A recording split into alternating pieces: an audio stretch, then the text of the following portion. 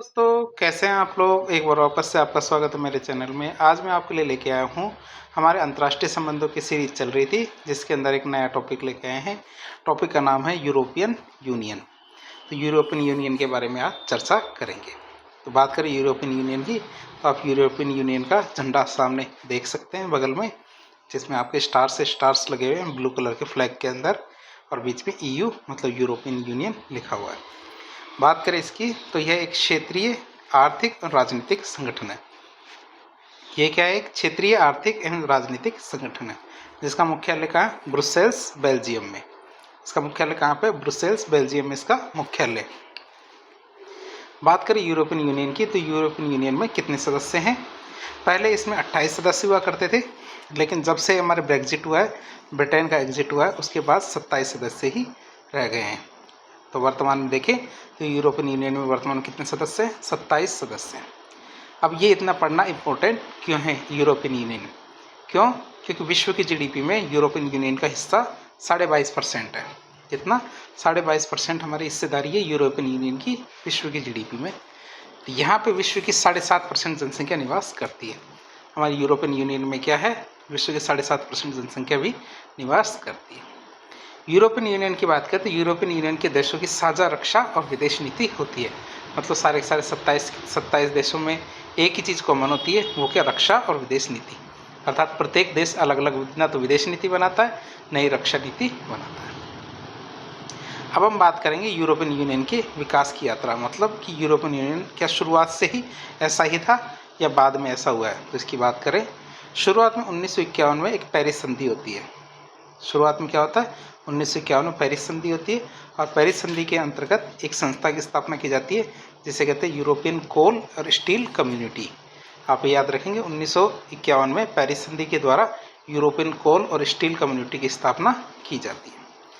बात करें यूरोपियन कोल और स्टील कम्युनिटी की, तो इसमें 6 सदस्य थे। फ्रांस, पश्चिमी जर्मनी, पहले जर्मनी के 2 टुकड़े हुआ करते थे, पश्चिमी जर्मनी और पूर्वी जर्मनी। पश्चिमी जर्मनी तो हमारे जो अमेरिका और जो ब्रिटेन है इसके साझा नेतृत्व में था, और जो हमारा पूर्वी जर्मनी था ये हमारे रशिया या USSR के नेतृत्व में या उसके कंट्रोल में था। फिर हमारे इटली है, बेल्जियम है, नीदरलैंड है, लग्जमबर्ग है। तो ऐसे करके 6 सदस्य राष्ट्र हुआ करते थे। फ्रांस, पश्चिमी जर्मनी, इटली, बेल्जियम, नीदरलैंड और लग्जमबर्ग। ये 6 सदस्य हुआ करते थे हमारे किसके? यूरोपियन कोल और स्टील कम्युनिटी के। फिर 1957 में रोम संधि की जाती है।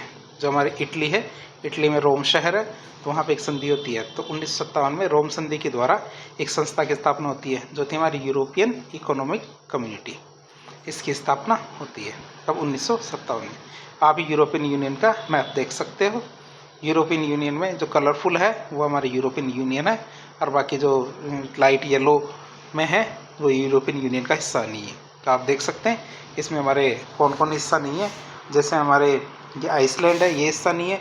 अब तो हमारे ब्रिटेन है, ये भी हिस्सा नहीं है। नॉर्वे भी हिस्सा नहीं है इसका यूरोपियन यूनियन का। बीच में देखेंगे तो स्विट्जरलैंड है, ये भी हिस्सा नहीं है। सर्बिया है, वो भी हिस्सा नहीं है। मॉन्टेनिग्रो, अल्बानिया, तो ये कुछ देश है जो इसके हिस्से नहीं है, जबकि ये हमारे यूरोप के हिस्से हैं लेकिन हमारे यूरोपियन यूनियन के हिस्से नहीं। और बाकी जैसे देखें तो स्पेन, पुर्तगाल, फ्रांस, जर्मनी, पोलैंड, चेक गणराज्य, ऑस्ट्रिया, नीदरलैंड, बेल्जियम, आयरलैंड, तो ये सारे देश क्या है हमारे? स्वीडन, फिनलैंड, तो ये सारे देश हमारे यूरोपियन यूनियन के हिस्से हैं। आप देख सकते हैं इसको। अब आप देखेंगे कि 1967 में क्या होता है? यूरोपियन कोल और स्टील कम्युनिटी जो 1951 बनी थी पेरिस एग्रीमेंट के तहत, और यूरोपियन इकोनॉमिक कम्युनिटी जो हमारे रोम संधि के तहत बनी थी, इन दोनों को मर्ज कर दिया जाता है, दोनों को मिला दिया जाता है। और मिलाने की बात करें तो फिर 1993 में मॉस्ट्रिच संधि के द्वारा, किसके द्वारा? मॉस्ट्रिच संधि के द्वारा यूरोपियन संघ की स्थापना की जाती है। 1993 में मॉस्ट्रिच संधि के द्वारा किसकी स्थापना की जाती है? यूरोपियन संघ की स्थापना की जाती है। अब बात करें 1998 में एक मौद्रिक संघ की स्थापना भी की जाती है। किसकी? मौद्रिक संघ की स्थापना की जाती है 1998 में।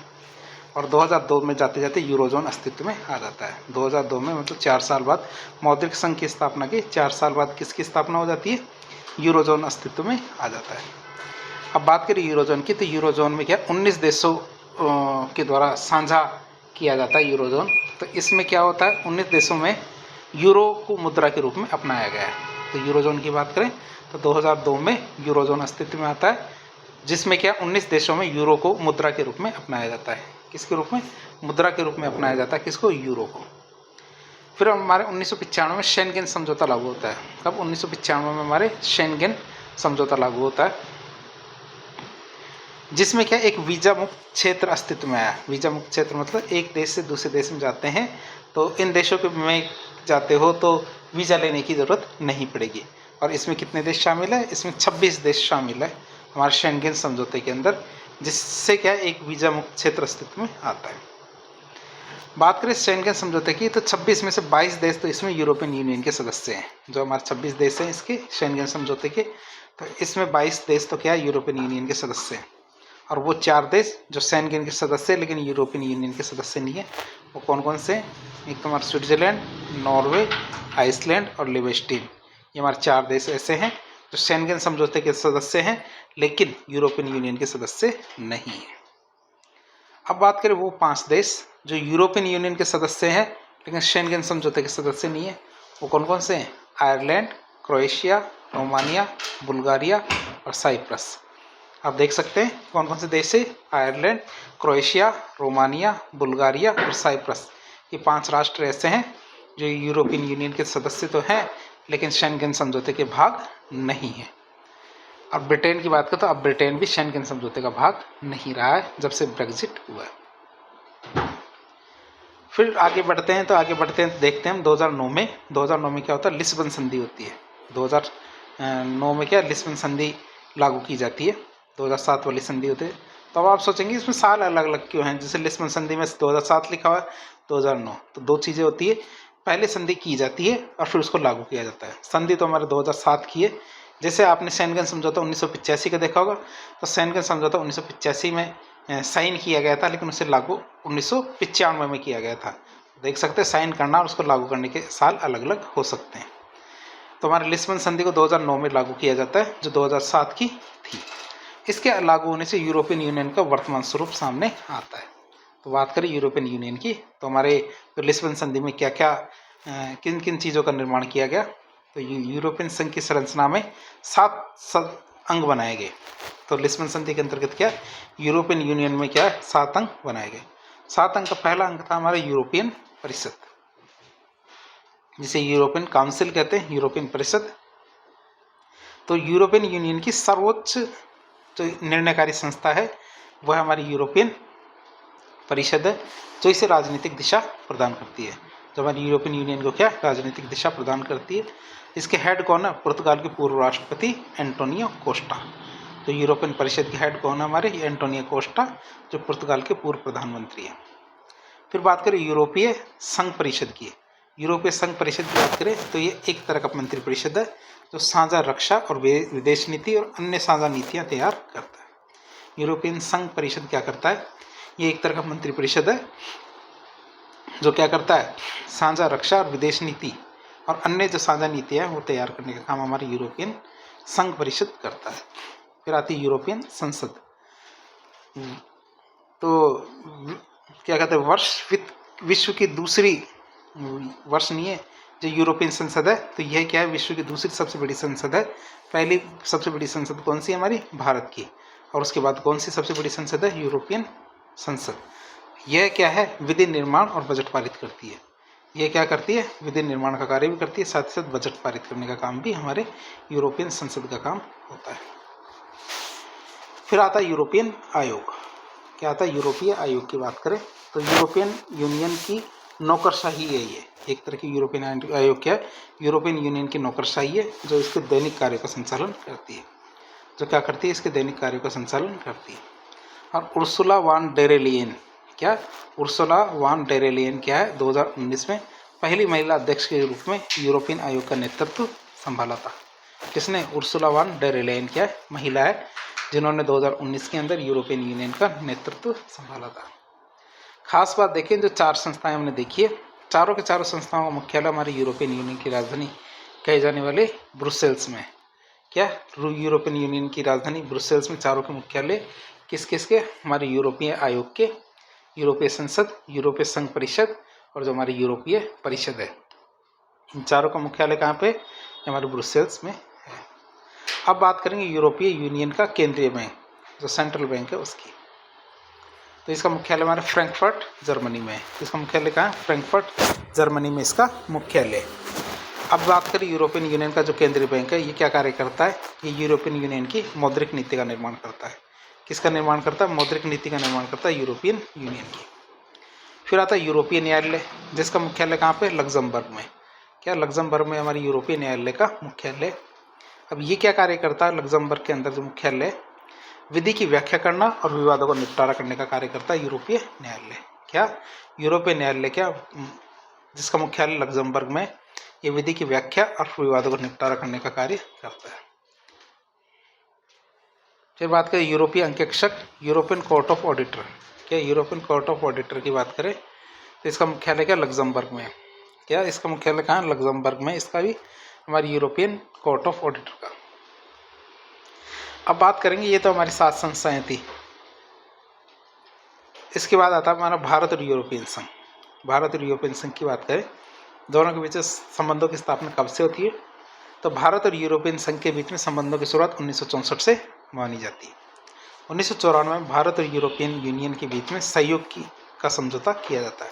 कब? 1994 में भारत और यूरोपियन यूनियन के बीच में सहयोग करने का समझौता किया जाता है। वर्तमान में भारत का सबसे बड़ा व्यापारिक साझेदार हमारे यूरोपियन यूनियन ही है। 2000 की बात करें तो वर्ष 2000 से भारत यूरोपियन यूनियन शिखर सम्मेलन का आयोजन किया जा रहा है। 14वें शिखर सम्मेलन का आयोजन 2017 में भारत में किया गया था। तो आपसे पूछ लिया जाए कौन से शिखर सम्मेलन का आयोजन भारत में किया गया, तो 14वें शिखर सम्मेलन का आयोजन 2017 में भारत में किया गया था, जिसमें क्या विभिन्न तरह के सहयोगों पर सहमति बनी थी। अब बात करें भारत की, तो भारत को यूरोपियन यूनियन से फ़ायदा क्या है? इतना हम पढ़ रहे हैं, तो भारत को फ़ायदा क्या है यूरोपियन यूनियन से? पहली चीज़ होती है, हमें यूरोपियन यूनियन से एफडीआई की प्राप्ति होती है। क्या होता है? यूरोपियन यूनियन से हमें एफडीआई की प्राप्ति होती है। दूसरी बात, मेक इन इंडिया कार्यक्रम में सहयोग मिलता है। भारत को क्या? मेक इन इंडिया कार्यक्रम में यूरोपियन यूनियन से सहयोग मिलता है। तीसरा, जो हमारे स्मार्ट सिटी कार्यक्रम है, उसमें भी यूरोपियन यूनियन पैसा दे रहा है। फिर रक्षा क्षेत्र में भी सहयोग मिलता है यूरोपियन यूनियन से।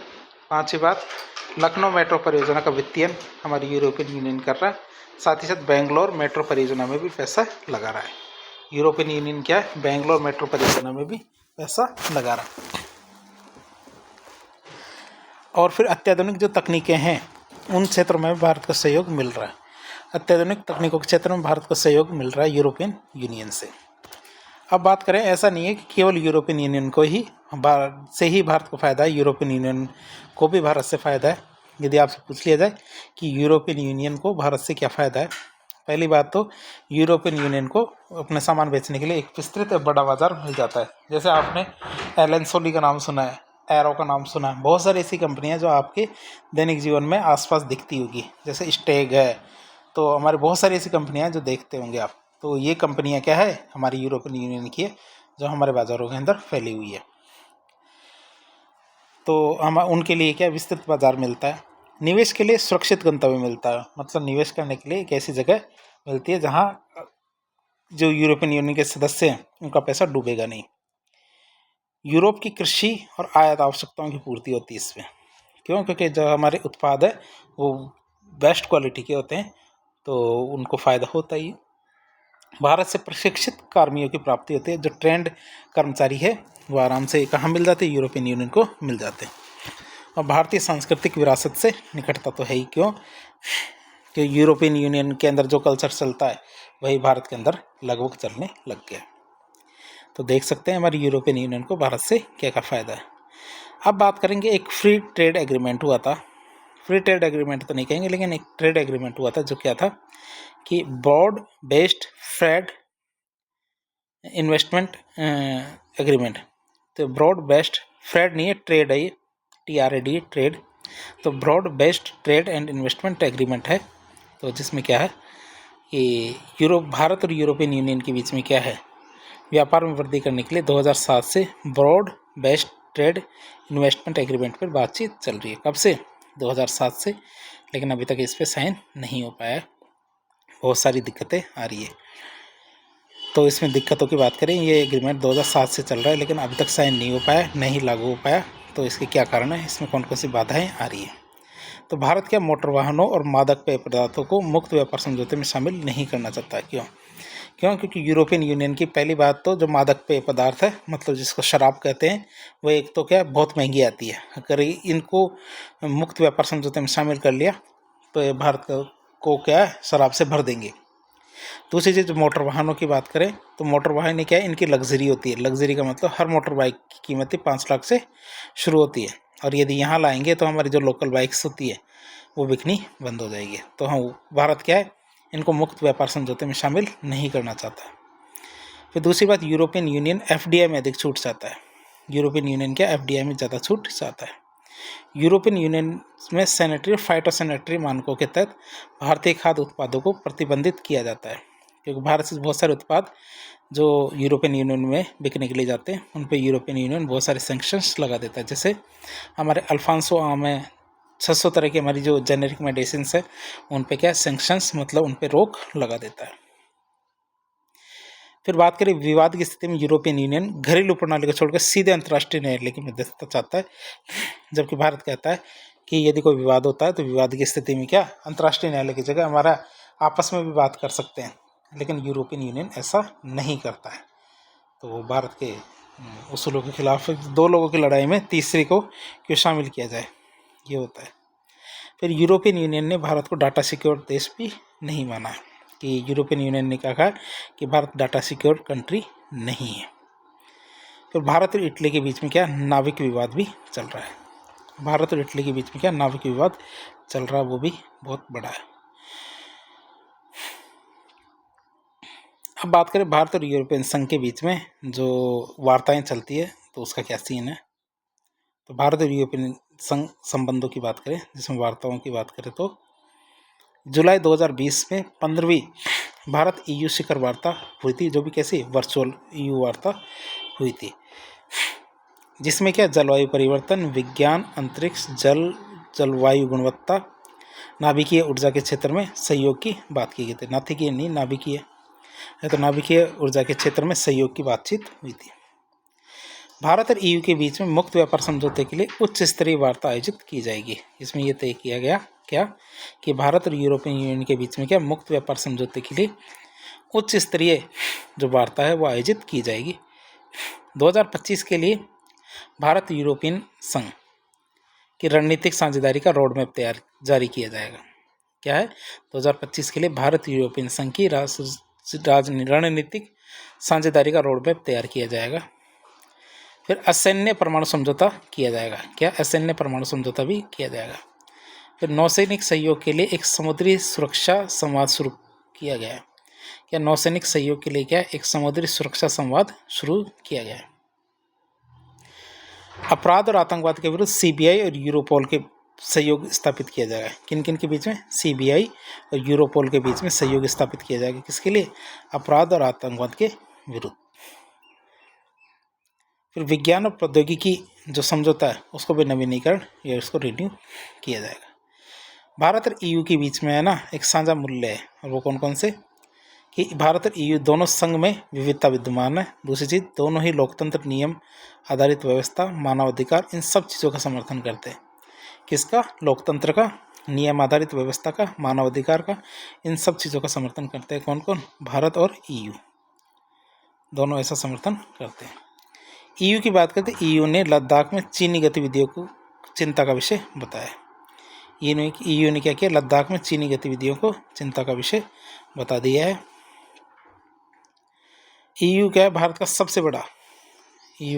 सबसे बड़ा व्यापारिक भागीदार है, जबकि EU का 9वां सबसे बड़ा व्यापारिक भागीदार है। जबकि भारत क्या है, EU का 9वां सबसे बड़ा व्यापारिक भागीदार है, जबकि EU भारत का सबसे बड़ा व्यापारिक भागीदार है। तो इसमें दोनों में अंतर है। अब बात करें मई 2021 में भारत और EU के 27 नेताओं के बीच में 16वीं बैठक आयोजित की गई थी। कब, 2021 में, ये लास्ट हुई थी, इसके बाद नहीं हुई है। अब इसमें क्या समझौता किया गया। समझौते के अंतर्गत मुक्त व्यापार को बढ़ावा देना, बाजार पहुंच सुनिश्चित करना, निवेश बढ़ाने पर जोर देना, भौगोलिक संकेतकों पर समझौतों के लिए बातचीत शुरू की गई है। क्या भौगोलिक संकेतक होते हैं उनके लिए, उनके ऊपर समझौते के लिए बातचीत शुरू की गई है। भारत EU स्वच्छ ऊर्जा और जलवायु समझौता किया गया है। क्या भारत EU स्वच्छ ऊर्जा और जलवायु समझौता किया गया है। संपर्क साझेदारी को शुरू किया गया है, जिसमें कौन कौन सी, डिजिटल, ट्रांसपोर्ट, एनर्जी और पीपल टू पीपल, ये जो संपर्क साझेदारी है इसको शुरू किया गया है। फिर भारत EU मानवाधिकार वार्ता की शुरुआत भी की गई है। क्या भारत EU मानवाधिकार वार्ता की शुरुआत की गई है। अंतर्राष्ट्रीय सुरक्षा पर सहयोग के लिए समझौता किया गया है। क्या अंतर्राष्ट्रीय सुरक्षा पर सहयोग के लिए समझौता किया गया है। मुक्त, खुले और समावेशित और नियम आधारित हिंद प्रशांत पर सहमति बनी है। क्या मुक्त, खुले, समावेशित और नियम आधारित हिंद प्रशांत पर सहमति बनी है। यूरोपियन निवेश बैंक के द्वारा भारत की मेट्रो परियोजनाओं को वित्त उपलब्ध कराया जाएगा, जैसे हमारी Lucknow metro, Bangalore metro, Kanpur metro, इनके अंदर क्या यूरोपियन निवेश बैंक के द्वारा पैसा उपलब्ध कराया जाएगा। तो ये तो देख लिया हमने भारत और यूरोपियन यूनियन के संबंध। अब आता हमारा ब्रेक्जिट। ब्रेक्जिट दो शब्दों से मिलकर बना है, ब्रिटेन और एग्जिट।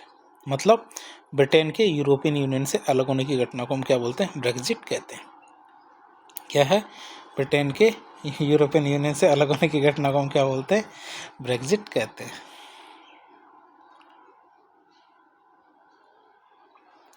तो बात करें 23 जून की, तो 23 जून 2016 को एक जनमत संग्रह हुआ। उसमें पूछा गया जनता से, जो ब्रिटेन की जनता है उनसे पूछा गया क्या आप यूरोपियन यूनियन में रहना चाहते हैं या नहीं। तो इसमें 51.9% जनता ने कहा कि हम तो यूरोपियन यूनियन में नहीं रहना चाहते, मतलब ब्रेक्जिट चाहते हैं। जिसके बाद कि लिस्बन संधि के अनुच्छेद 50 के तहत ब्रिटेन के यूरोपियन यूनियन से बाहर होने की प्रक्रिया शुरू हो जाती है। मतलब ये जो आपके सामने बच्चा है, तो ब्रिटेन यूरोपियन यूनियन से भाग रहा है कि भैया हम नहीं रहना यूरोपियन यूनियन से, ये बच्चा भाग गया, मतलब ब्रिटेन का एग्जिट हो गया। फिर ब्रेक्जिट के कारण क्या है, ऐसा क्या कारण है कि ब्रिटेन को अलग होना पड़ा। तो यूरोपियन यूनियन के नियमों को मानने की बाध्यता से ब्रिटेन की संप्रभुता प्रभावित होती है। क्या यूरोपियन यूनियन के जो नियम है उनको मानने से क्या होता है, हमारे ब्रिटेन की संप्रभुता प्रभावित होती है। फिर अन्य जो यूरोपियन यूनियन के देश हैं उनसे आवर्जक से रोजगार के अवसर कम होते हैं, कि दूसरे देशों से आने वाले लोग क्या है, ब्रिटेन के रोजगारों को ले लेते हैं, तो इससे वहाँ के रोजगार के अवसर कम होते हैं। और यूरोपियन यूनियन के बजट में सबसे बड़ा योगदान हमारे ब्रिटेन का होता है, लेकिन उसके अनुसार ब्रिटेन को कोई फ़ायदा नहीं होता है। अब बात करें ब्रिटेन का एग्जिट हो गया, ब्रिटेन का एग्जिट होने से हुआ क्या, मतलब इसका क्या प्रभाव पड़ा। तो यूरोपियन यूनियन पर क्या प्रभाव पड़ा, पहला तो अन्य देशों में भी यूरोपियन यूनियन से अलग होने की मांग तेज़ होती है। इससे दूसरे देश भी कहते हैं कि ब्रिटेन नहीं रहा तो हम भी नहीं रहेंगे।